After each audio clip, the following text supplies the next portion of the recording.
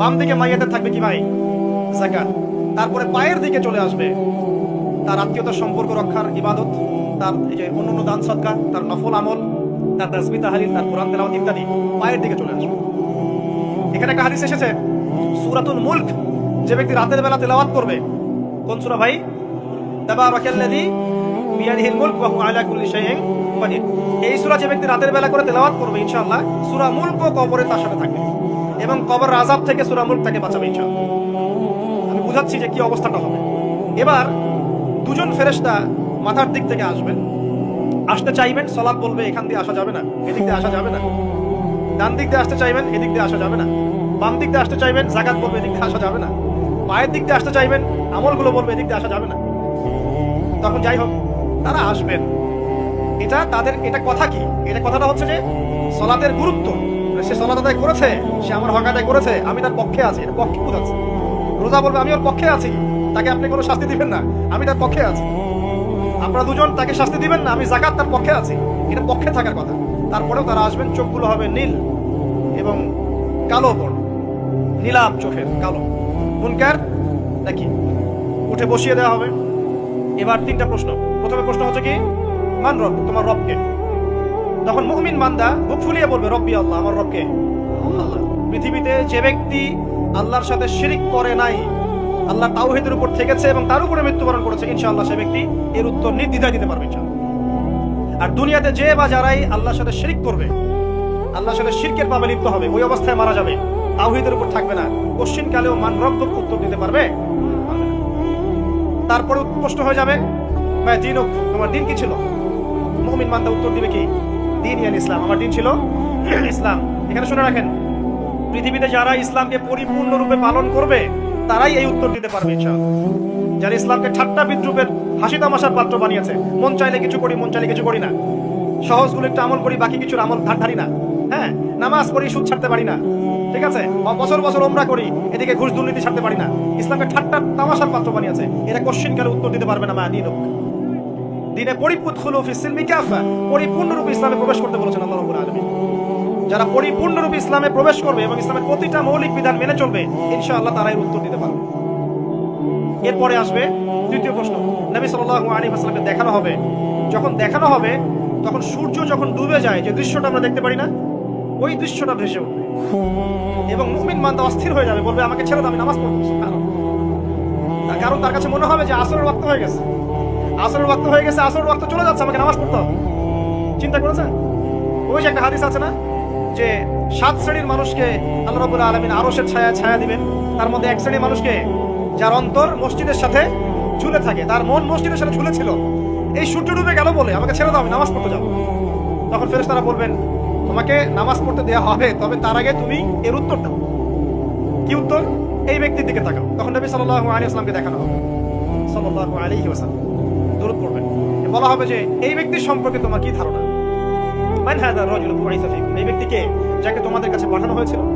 মুমিন ব্যক্তি নির্দ্বিধায় বলে দিবে যে তিনি হচ্ছেন আমার নবী মুহাম্মদুর রাসূলুল্লাহ সাল্লাল্লাহু আলাইহি ওয়াসাল্লাম। দেখুন, পৃথিবীতে যে বা যারাই নবী সাল্লাল্লাহু আলাইহি ওয়াসাল্লামের সুন্নতের উপর আমল করবে, ইনশাআল্লাহ সে তার উত্তর দিতে পারবে। দুনিয়াতে যারা নবীর সুন্নতের 5 পয়সা পরোয়া করছে না, তার আদর্শের 5 পয়সা দাম দিচ্ছে না, তারা কোশ্চিন কালে উত্তর দিতে পারবে। নাম হতে পারে আব্দুর রহমান, আব্দুর রহিম, নবীর সুন্নতের ধারে না, তারা উত্তর দিতে পারবে। এখন আপনি যাবেন কোথায়? সবাই তো ডাকছে আসো জান্নাত আমার কাছে, আমি জান্নাতের ডিলার, তোমার লিজ লাগলে নিয়ে যাও। হ্যাঁ, অ্যাটিটিউডটা এমন অনেকেরই। আল্লাহর কাছে খাস করে দোয়া করতে হবে, আল্লাহ এমন মানুষদেরকে আল্লাহ আপনি এইসব জায়গায় নিয়ে আসেন যারা আত্মশুদ্ধিতে পরিপূর্ণ, যাদের মধ্যে আল্লাহর নূর আছে, যারা ওই নূর মানুষের মধ্যে ছড়িয়ে দিতে পারবে, আমরা আত্মশুদ্ধি লাভ করতে পারবো ইনশাআল্লাহ। আল্লাহ পাক বোঝার তৌফিক দান করুন, আমিন।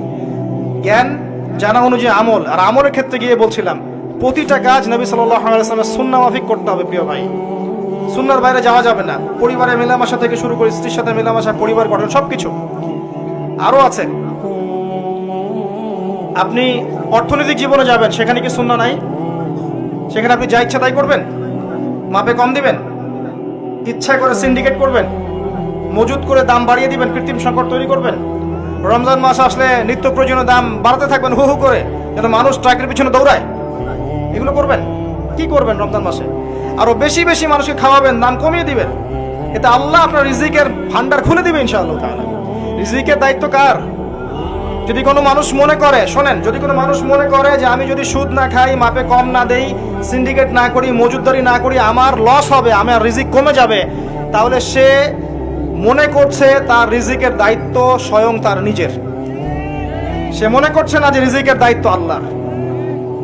আর এটা হচ্ছে একটা বড় শিরক, যদি সে মনে করে রিজিকের দায়িত্ব আমার নিজের। সুদ ছাড়লে আমার রিজিক কমে যাবে, আমি খেতে পারবো না, ঘুষ না নিলে আমি চলতে পারবো না, মাপে কম না দিলে আমি চলতে পারবো না। তার মানে সে দাবি করছে ইনডাইরেক্টলি রিজিকের মালিক সে নিজেই। এটা শিরক। অর্থনৈতিক জীবনে গিয়ে কি আমি সুদ খাবো? নামাজ পড়ছি ব্যক্তিগত জীবনে, ইকোনমিক লাইফে কি সুদ খাবেন? এটা কি নবীর সুন্নাহ মাফিক চলা হলো? সামাজিক লাইফে কি আমরা নবীর সুন্নাহ মাফিক চলবো না? প্রতিবেশীর হক দিব না, আত্মীয়দের হক দিব না, আত্মীয়তার সম্পর্ক বজায় রাখবো না, সবার সাথে হৃদ্যতা বজায় রাখবো না? এই কাজগুলো করতে হবে, না হলে সামাজিক বন্ধন ভেঙে যাবে। আল্লাহ যদি আরো বড় কোনো দায়িত্ব দেন, সেইখানে গিয়েও কি আমি আল্লাহর বিরুদ্ধাচরণ করবো? নবীর সুন্নাহগুলো অ্যাপ্লাই করবো না? যতটুকু আমার সাধ্যে আছে আমি করবো না? যেটা সাধ্যের বাইরে সেটাতে যাবো না। সাধ্যের বাইরে যেটা, ওটাকে আল্লাহ পাক চাপিয়ে দিয়েছেন। মনে করেন কোনো মানুষের জাকাত দেওয়ার সামর্থ্য হয় নাই, তার উপর কি ফোর্স করে জাকাত দিতে হবে, নাকি ওকে লোন করে জাকাত দিতে হবে? জাকাত ফরজ হয়নি, আপনি দিবেন না, সিম্পল। আপনি এমন একটা জায়গায় আছেন যেখানে 100% ইসলাম এস্টাবলিশ করা সম্ভব না, আপনি করবেন না, যখন সামর্থ্য হবে তখন করবেন, সিম্পল। যদি না হয় আল্লাহ আপনাকে এই জন্য ধরবেন না ইনশাআল্লাহ। আল্লাহ পাক লা ইউকাল্লিফুল্লাহু নাফসান ইল্লা ওয়াসআহা, আল্লাহ পাক সাধ্যের অতিরিক্ত কাউকে কোনো দায়িত্ব দেন না।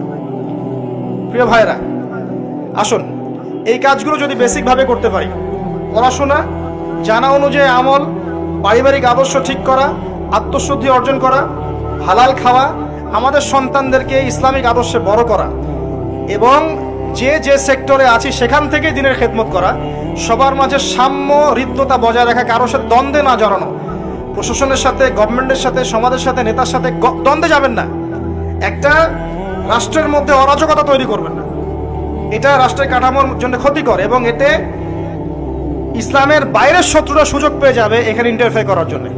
কথাটা বোঝার চেষ্টা করেন। সবাইকে সবার হক দিয়ে দেন, সবার জন্য দোয়া করেন, এবং নিজের হক আল্লাহর কাছে চেয়ে নেন। এই বেসিক কাজগুলো যদি করতে পারি ইনশাআল্লাহ তাআলা, দেখবেন আগামীতে একটা সময় আসবে, ইনশাআল্লাহ আযজা ওয়া জাল, আগামীতে এমন একটা সময় আসবে যে সময়ে ইসলাম এই পুরো বিশ্বের উপর বিজয়ী হবেই ইনশাআল্লাহ। যদি বেসিক কাজ আমরা ঠিক করতে না পারি, আসলে বড় বড় স্বপ্ন দেখে আদতে কোনো লাভ নেই। আর দুটা কথা বলে শেষ করতে চাই। একটা হলো তাজকিয়া সম্পর্কে, আর একটা হলো আসন্ন রমাদান সম্পর্কে। তাজকিয়া সম্পর্কে আমি কয়েকটা কথা বলবো, একটু মনোযোগ দিয়ে শোনেন। 1 নাম্বার, ভাই, আত্মশুদ্ধি ছাড়া কোনো কিছুর কোনো মূল্য নাই। আমার নিজের নফস যদি পরিষ্কার না থাকে, এই নফসটাই যাবে ইল্লিনে বা সিজ্জিনে। আমার দল, আমার জনবল, আমার ফ্যান ফলোয়ার্স, আমার অমুক তমুক সেলিব্রিটিজম, হাবি যাবি, কিচ্ছু যাবে না আমার কবরে। সিম্পল। কে যাবে? আমার রুহ যাবে, দেহ যাবে। দেহ পচে যাবে, রুহ হয় ইল্লিনে, না হলে সিজ্জিনে। কিভাবে আত্মশুদ্ধি হবে? 1 নাম্বার, জামাতে 5 ওয়াক্ত নামাজ ছাড়েন না।